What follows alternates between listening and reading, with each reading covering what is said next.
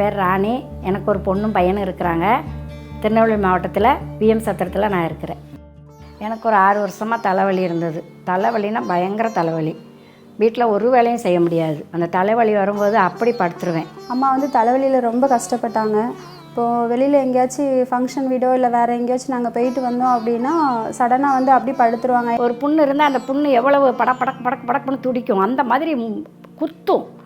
ஆணி வச்சு குத்துத மாதிரி இருக்கும் வலி. அப்படி ஒரு வலி.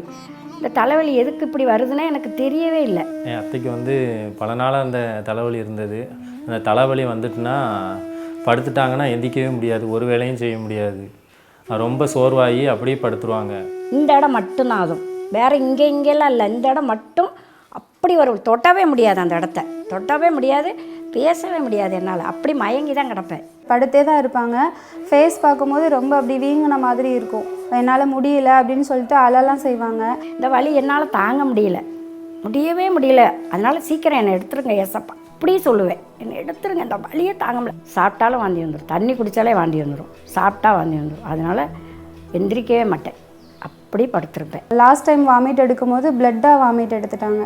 அப்படி எடுக்கும்போது நான் ரொம்ப பயந்துட்டேன். அதான் சரி வாமிட்டு ரத்தமாக வரும்போது ரொம்ப கஷ்டமாக இருக்குது அப்படின்னு சொல்லிட்டு தான் கூப்பிடும் போது தான் பயத்தினாலேயே எங்கேயுமே நான் வரல அப்படின்னு சொல்லிட்டு வரவே மாட்டாங்க, எங்கேயுமே வரமாட்டாங்க.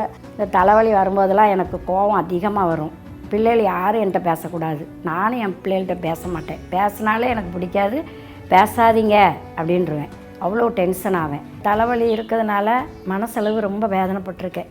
ஐயோ நமக்கு ஏதாவது மரணம் நேரிடுமோ, நம்ம இறந்துருவோமோ, வேறு எதுவும் பெரிய வியாதி வந்துடுமோ அப்படிலாம் நான் நிறைய மனசளவு ரொம்ப வேதனைப்பட்டு கை காலெலாம் படப்படன்னு அடிக்கும், கிட்டுக்கிட்டுன்னு ஆடுவேன், கை காலெலாம் பறக்கும். என்னால் தாங்க முடியாது அந்த இதை. இந்த தலைவலிக்காக டாக்டரை பார்க்க போனோம். அவங்க பார்த்தாங்க, ஸ்கேன் எடுத்தாங்க, எல்லாம் பார்த்துட்டு எதுவும் இல்லை அப்படின்னாங்க. மாத்திரை கொடுத்தாங்க, வலிக்கு போட்ட உடனே கொஞ்சம் கேட்கும், அப்புறம் மறுபடியும் வந்துடும். இப்படியே 6 வருஷம் தலைவலினால் கஷ்டப்பட்டுட்டு இருந்தேன்.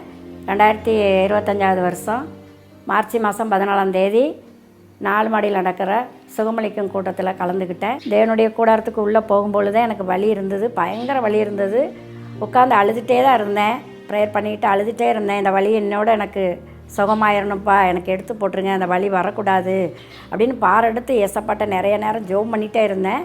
இப்போ மெசேஜ் கொடுத்து முடித்ததும் ஊழியக்காரங்க எல்லாருக்கும் வியாதிஸ்தங்களுக்கு தலையில் கை வச்சு ஜெபம் பண்ணாங்க. ஜெபிக்கும் பொழுது நானும் போய் அவங்கள்ட்ட இருந்து ஜெபம் பண்ணினேன். அவங்களும் எனக்கு பாரெடுத்து தலையில் கை வச்சு ஜெபம் பண்ணாங்க. ஜெபம் பண்ணி முடிஞ்சதும் அடுத்த நிமிஷம் வெளியில் வந்து படிக்கட்டில் இறங்கின உடனே எனக்கு வலியே இல்லை, ஒரு வலி கிடையாது. 4 மாடி போயிட்டு வந்ததுலேருந்து எனக்கு தலைவலியே வரல. இப்போ வரைக்கும் எனக்கு தலைவலியே தெரியல, என்னன்னே தெரியாது. அந்த அளவுக்கு எனக்கு ஆண்டவர் சுகம் கொடுத்துட்டாங்க.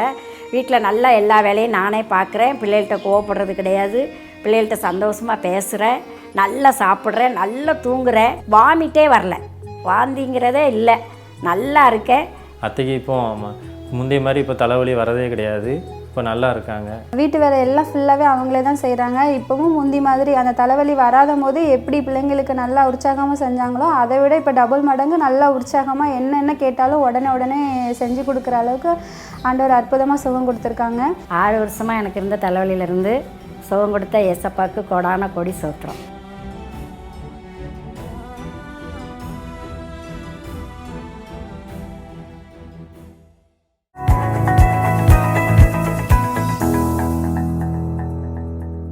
பிரியமானவர்களே, இயேசு கிறிஸ்துவின் நிதான நாமத்தில் உங்களுக்கு எங்களுடைய அன்பின் வாழ்த்துக்கள். எல்லோரும் எப்படி இருக்கிறீங்க? இந்த நாள் விசுவாசத்தோடு இருக்கிறீங்களா? ஆண்டவர் ஏன் இப்படிலாம் இருக்கிறாரு அப்படின்னு சொல்லி கொஞ்சம் கேள்வியோடு இருக்கிறீங்களா?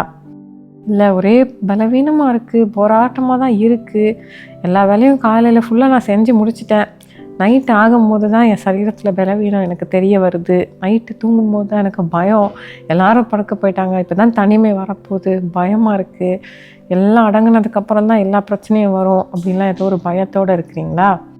சரி, நான் உங்களுக்கு ஒரு வசனம் காட்ட விரும்புகிறேன். சரியா? யாக்கோபு 2ஆம் அதிகாரம் 17வது வசனம். அப்படியே விசுவாசமும் கிரியைகள் இல்லாதிருந்தால் தன்னிலே தானே செத்ததாயிருக்கும். இங்கே ஒரு வசனம் வந்து எழுதப்பட்டிருக்கு. என்னென்னா, நீங்கள் இன்றைக்கி நிகழ்ச்சியை பார்க்குறீங்க, தொடர்ந்து இயேசுவை பற்றி உங்களுக்கு ஒரு விசுவாசம் இருக்குது. இயேசு வந்து விடுதலை தருவார், இயேசு அற்புதம் செய்வார், விசுவாசம் இருக்குது. இன்றைக்கி வேற ஒரு அருமையான ஒரு சாட்சியை பார்த்தீங்க. சகோதரி ராணி விஎம் சத்திரத்தை சேர்ந்தவங்க 6 வருஷமாக தலைவலி பிரச்சனையிலேருந்து இயேசு அற்புதம் செய்திருக்கிறாரு. இந்த மாதிரி விசுவாசமுள்ள சாட்சியெல்லாம் பார்க்கும்போது உங்களுக்கு தெரியும் இயேசு அற்புதம் செய்கிறாரு. தலைவலி அவங்களுக்கு மாற்றிருக்கிறாங்க பாருங்கள். தலைவலி பாதிக்கப்பட்டிருக்கிறாங்க. ஆணி அடித்த மாதிரி இருக்கும். எப்போ பார்த்தாலும் எனக்கு கோவம் வரும். கோவம் என்கிட்ட பேசாதீங்கன்னு நான் சொல்லிடுவேன். கோவத்தோடய இருக்கிறாங்க. நம்ம வேதனையை புரியாமல் அவங்க இன்னும் ஏதாவது நம்மளை வேதனை ஆக்கிட்டு இருக்கிறாங்களே அப்படின்னு நமக்கு கோவம் வரும். இந்த சகோதரியும் அப்படிதான் கோவத்தினால பாதிக்கப்பட்டிருக்கிறாங்க. இதெல்லாம் நீங்கள் பார்க்குறீங்க, ஏசு அற்புதம் செய்வாருன்னு தெரியுது. ஆனாலும் வந்து உங்களுக்குள்ள ஒரு குறை இருக்குது. என்ன குறை தெரியுமா?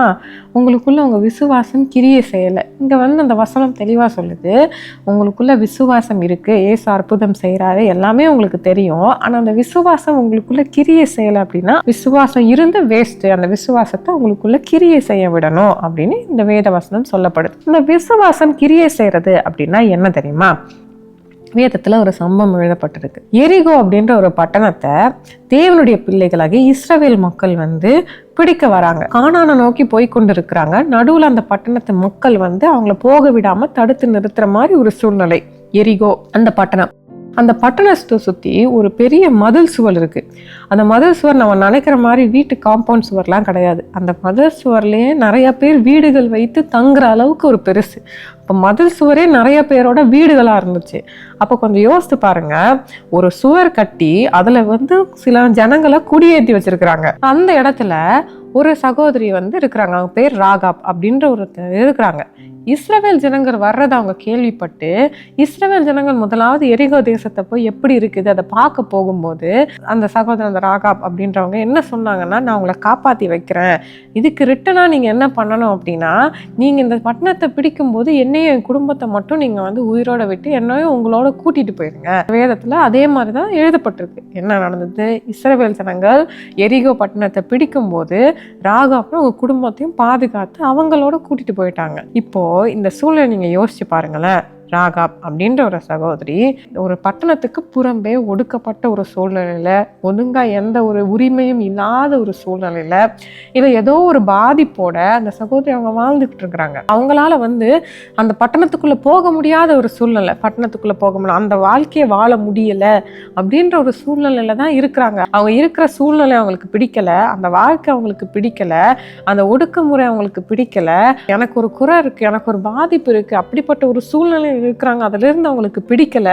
ஆனா அவங்களுக்கு ஒரு விஷயம் தெரியும், தேவனுடைய பிள்ளைகள் வராங்க, கர்த்தருடைய பிள்ளைகள் வராங்க, கர்த்தர் அவங்களுக்கு நன்மை செய்கிற தேவனா இருக்கிறாரு, எப்பேற்பட்ட ஜனங்களுக்கும் அவர் நன்மை செய்யறார். அப்போ இந்த கர்த்தரை நான் தெய்வமா ஏற்றுக்கொண்டேன் அப்படின்னா எனக்கு நன்மை கிடைக்கும் அப்படின்னு அவங்க விசுவாசிச்சாங்க. அப்போ 2 காரியம் அந்த சகோதரி பண்ணாங்க. ஒன்று, எந்த சூழ்நிலையில இருக்கிறாங்களோ அந்த சூழ்நிலையை விட்டு வெளியே வரணுன்ற ஒரு காரியத்தை செஞ்சாங்க. 2வது, கர்த்தரை விசுவாசிச்சாங்க. இதுதான் விசுவாசத்தை கிரியையில காண்பிக்கிறது. அந்த விசுவாசத்தை உங்களுக்குள்ள கிரியை செய்ய விடணும் அப்படின்னு அந்த வேத வசனம் சொல்லப்பட்டிருக்குல்ல, அதுதான். இப்போ விசுவாசம் தெரியும், விசுவாசம் இருக்கே, அற்புதம் செய்வார், உண்மை. அந்த விசுவாசத்தை உங்களுக்குள்ள கிரியை செய்ய விடணும். இந்த சகோதரி என்ன பண்ணாங்க? முதலாவது அவங்க பிரச்சனையிலேருந்து வெளி வரணும். முடியாது, எனக்கு இந்த மாதிரி வாழ்க்கை வேண்டாம், எனக்கு இந்த மாதிரி பலவீனம் வேண்டாம், எனக்கு இந்த மாதிரி காரியங்கள் எதுவுமே வேண்டாம், எனக்கு இந்த பாவம் வேண்டாம், இதுலேருந்து வெளி வரணும் அப்படின்னு விருப்பப்பட்டாங்க. இதுலேருந்து எப்படி வெளி வர முடியும்? இயேசு கர்த்தர் உதவி செய்வார், இயேசுடைய பிள்ளைய நான் மாறணும் அப்படின்னு அவங்க வந்து ஒரு முடிவு பண்ணாங்க. இயேசு அற்புதம் செய்த கர்த்தர், அவங்க காப்பாற்றப்பட்டாங்க, அவங்க வந்து ஆசீர்வாதமா இருந்தாங்க அப்படின்னு வேதத்துல எழுதப்பட்டிருக்கு.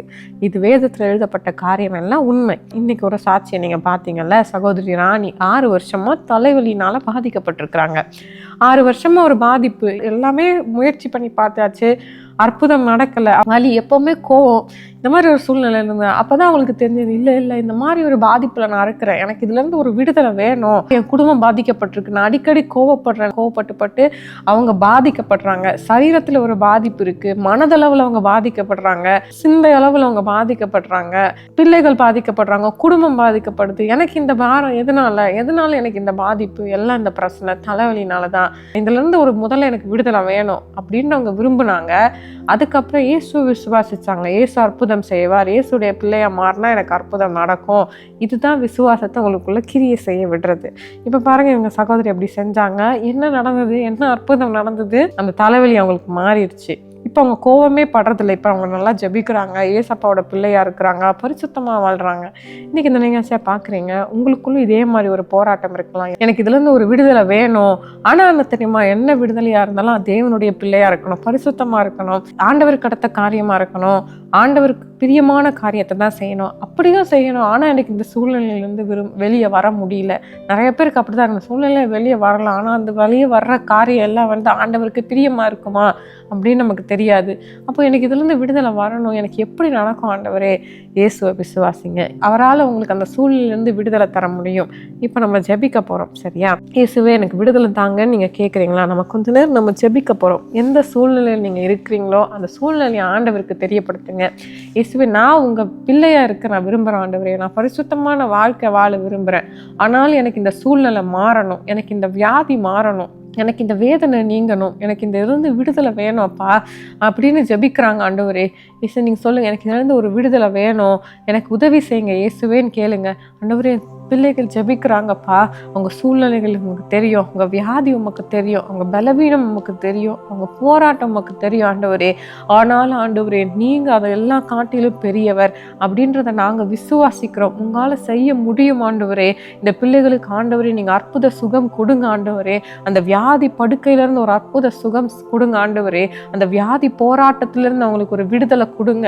இப்போ அந்த பிள்ளைகள் ஜெபிக்கிற இந்த நேரத்தில் உங்களுடைய சுகமளிக்கிற வல்லமை அந்த பிள்ளைகளுடைய உச்சம் தலை முதல் உள்ளம் கால் வரை பாய்ந்து செல்லட்டும். எந்தெந்த உறுப்புகள் பாதிக்கப்பட்டு இருக்குதோ, எந்தெந்த அவயங்கள் பாதிக்கப்பட்டு இருக்கிறோ அந்த அவயத்துக்குள்ள ஆண்டவரே உங்களுடைய வல்லமை பாய்ந்து செல்லட்டும். எல்லாம் புதிதாய் மாறட்டும் ஆண்டவரே. நீங்க அற்புதம் செய்யுங்க ஆண்டவரே. சூழ்நிலை நிமித்தம் பாதிக்கப்பட்டு இருக்கிறாங்க அந்த பிள்ளைகளுக்கு ஒரு அற்புதம் செய்யுங்க. அந்த சூழ்நிலையிலிருந்து நீங்க ஒரு விடுதலை உண்டாக்கி தாங்கப்பா. பிசாசு போராட்டத்தினால பாதிக்கப்பட்டு பாவ கட்டுகளுக்குள்ள இருக்கிறாங்க ஆண்டவரே. அந்த பாவ கட்டுகள்ல இருந்து ஒரு விடுதலை உண்டாகட்டும். இயேசுவே, சிந்தையில பாவத்திலேருந்து ஒரு விடுதலை உண்டாகட்டும். அந்த பாவ அடிமைத்தனத்திலேருந்து நீங்க ஒரு அற்புதம் செய்யுங்க ஆண்டவரே. டிப்ரெஷன் கட்டுகளை மறைய பண்ணுங்க. மூர்க்க வெறி, கோபம், இது எல்லாத்திலிருந்து நீங்க ஒரு விடுதலை உண்டாக்கி தாங்க ஆண்டவரே. தேவையில்லாத பயங்கள் இயேசுவின் நாமத்தினால மாறட்டும் ஆண்டவரே. நீங்க அற்புதம் செய்கிறதற்காக ஸ்தோத்திரம். பிசாசு போராட்டங்கள் இயேசுவின் நாமத்தினால விலகட்டும் ஆண்டவரே. நீங்க அற்புதம் செய்து விட்டதற்காக ஸ்தோத்திரம். எங்களுக்கு விடுதலை தந்ததற்காக ஸ்தோத்திரம். இயேசுவின் நாமத்தினாலே ஆமேன். நம்ம ஜெபிச்சிருக்கிறோம். இயேசு உங்க வாழ்க்கையில் அற்புதம் செய்திருக்கிறாரு. அற்புதங்களை எதிர்பாருங்க. இயேசு உங்களோட இருப்பார். ஆமேன். For further details and prayer support, contact Jesus Redeems Ministries, Nalumavudi, Thoothukudi District, 628-211. Our phone number 04639 353535. info@jesusredeems.org. Our website www.jesusredeems.com. God bless you.